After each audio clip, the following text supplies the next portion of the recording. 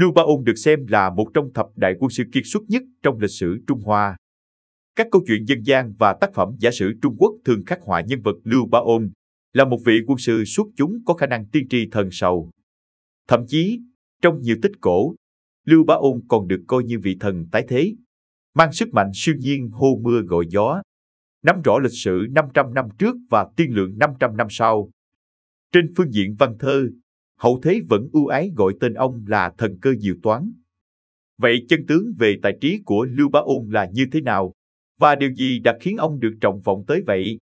Lưu Bá Ôn sinh năm 1311 và mất năm 1375, tên thật là Lưu Cơ, lấy tự là Bá Ôn. Ông được người đời biết đến với vai trò công thần khai quốc nhà Minh, đi theo phò tá Chu Nguyên Chương hoàn thành đế nghiệp. Nhờ có sự phò tá của quân sư họ Lưu, Chu Nguyên Chương từ một thường dân ở tầng lớp tá điền nghèo khổ, đã vươn lên trở thành hoàng đế khai quốc nhà Minh. Mục thần cơ diệu toán giải vây thế gọng kim. Theo cuốn Sử ký nhà Minh chương 16, năm Chí Chính thứ 12 năm 1352, Chu Nguyên Chương tham gia lực lượng khởi nghĩa nông dân, có tên là Quân Khăn Đỏ, nhậm chức tả phó nguyên soái.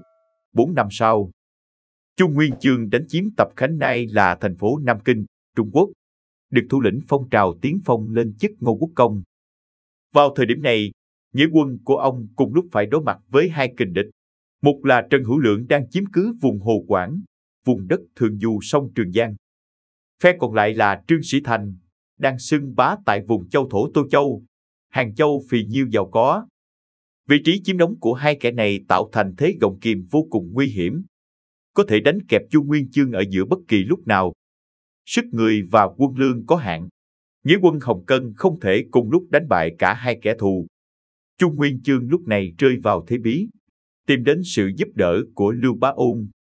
Quân sư họ Lưu vốn rất thấu hiểu quân địch, nghe vậy mới hiến kế cho chủ soái.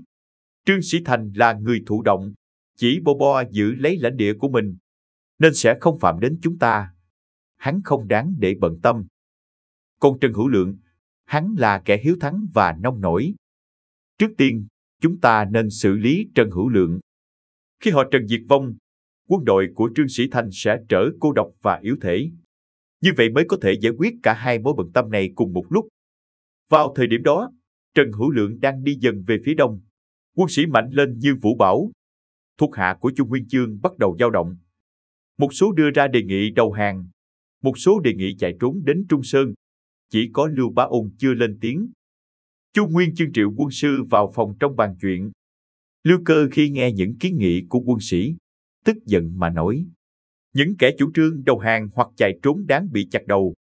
Sau đó, nói về kế hoạch của mình, Lưu Cơ đáp: Trần Hữu Lượng là kẻ kiêu ngạo, vội vàng, muốn đánh nhanh thắng nhanh. Vì vậy, chúng ta cần bình tĩnh và bí mật đợi hắn tiến vào sau. Tập kích hắn rồi hạ thủ. Chuyện này không có gì là khó. Chu Nguyên Chương nghe theo lời khuyên của Lưu Cơ, tập kích quân Trần Hữu Lượng. Quả nhiên đối phương ngông nghênh tiến vào và bị hạ nhanh chóng. Ngô Quốc Công sau đó quyết định thưởng lớn cho Lưu Bá Ôn, nhưng ông nhất định từ chối. 2. Quân sư thông thiên văn, hoàng đế nợ một mạng. Tập tư liệu nhân vật lịch sử vĩ đại được lưu giữ tại Thư viện Chiết Giang có thuật lại.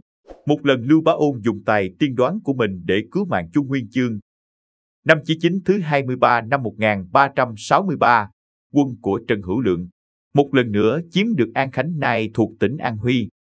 Chu Nguyên Chương lần này muốn tự mình dẫn quân đi chinh phạt, để quân sư họ Lưu ở lại trấn giữ phủ Ứng Thiên. Ngay sau khi Lưu Bá Ôn trở về Bắc Kinh, ông đã thuyết phục Chu Nguyên Chương rằng cả quân Hán và quân Ngô đều đang chờ cơ hội để tấn công. Chúng ta không nên hành động hấp tấp.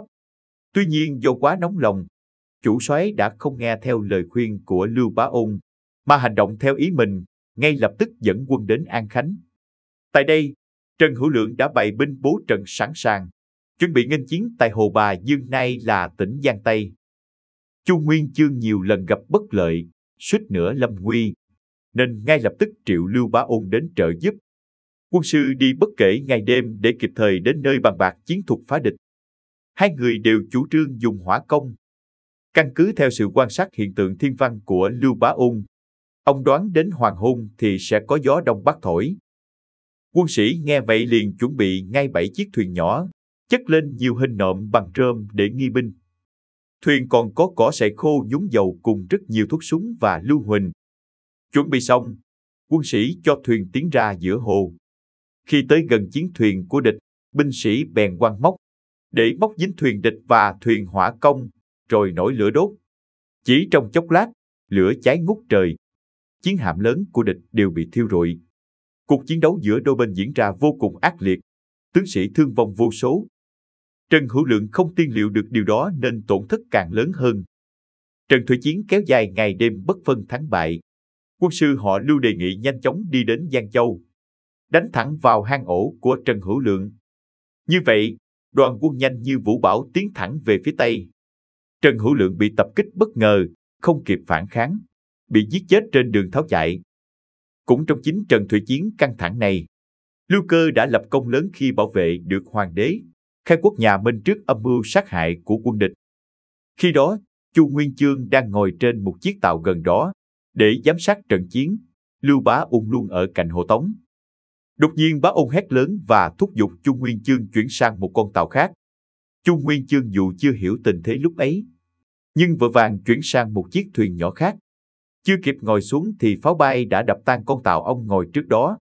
Trần Hữu Lượng đang đứng trên cao nhìn thấy con tàu bị phá hủy, thì vui mừng khôn xiết, tưởng rằng đã giết được Chu Nguyên Chương. Thế nhưng con tàu ấy vẫn tiếp tục tiến về phía trước, mà không lùi bước khiến cho quân địch bàng hoàng vô cùng. Hóa ra Lưu Bá Ôn đã tiên liệu được tất cả những điều này, nên kịp thời cứu hoàng đế một mạng. 3. Nhất nhất trung thành. Sau khi đánh bại Hữu Lượng, Chu Nguyên Chương chuyển hướng sang xử lý Trương Sĩ Thành. Năm Chí Chính thứ 23, Trương Sĩ Thành bao vây thành Kiến Đức. Vị nguyên soái giữ thành là Lý Văn Trung nghe tin cả giận, muốn đánh một trận chết sống với hắn. Lưu Bá Ôn thấy vậy bèn tường tận khuyên bảo, đội quân của Trương Sĩ Thành chỉ vài ba hôm nữa, nhất định sẽ gặp khó khăn trong việc tiếp tế lương thảo, buộc phải triệt thoái. Đợi khi chúng cạn kiệt rút lui chúng ta bắt đầu đuổi theo, chắc chắn chỉ cần đánh một trận là bắt sống được hắn. Lý Văn Trung bèn xuống lệnh truy kích. Sau một trận kịch chiến, quả nhiên quân đội của Trương Sĩ Thành vốn đang đối lại đang mệt mỏi, nên không sao chống đỡ nổi. Chẳng mấy chốc chúng thất bại thảm hại, và bị quân của Lý Văn Trung bắt sống toàn bộ. Không chỉ là một vị tướng tài ba, Lưu Bá Ôn còn hết lòng tôn trọng và trung thành với chủ soái của mình. Theo cuốn ký thành ý của Lưu Cơ, giữa lúc chiến trận căng thẳng nhất, mẹ ông đã đột ngột qua đời. Dù vậy, chỉ đến khi thế sự tạm thời ổn định, ông mới dám xin chủ soái về quê làm lễ tang cho mẹ. Lúc bấy giờ, Phương Quốc Trân, một trong những thủ lĩnh của nhánh quân nhỏ phía Nam, đã viết thư cho Lưu Bá Ôn để chia buồn với cái chết của mẹ ông, đồng thời ngỏ ý muốn triệu Lưu Cơ về phe mình. Lưu Bá Ôn sau đó gửi thư lại, không nhiều lời về hoàn cảnh gia đình, mà đanh thép khẳng định sự đức độ, quyền lực và tài năng của Chu Nguyên Chương. Sự kiên trung một lòng của Bá Ôn đã khiến Phương Quốc Trân vô cùng nể trọng. Là nhân tài có công lớn lại tận tâm tận lực phò tá chủ soái. Thế nhưng cuộc đời của Lưu Bá Ôn sau khi trở thành công thần nhà Minh lại gặp phải nhiều sóng gió, oan khuất. Đến cuối đời, Lưu Bá Ôn đành phải xin cáo quan về ở ẩn. Video của chúng tôi đến đây là kết thúc. Cảm ơn tất cả các bạn đã quan tâm tới xe 2V88 và theo dõi video của chúng tôi. Đừng quên like, share và đăng ký kênh nhé. Đặc biệt đừng quên bật chuông để theo dõi những video nhanh nhất. Một lần nữa xin cảm ơn tất cả các bạn.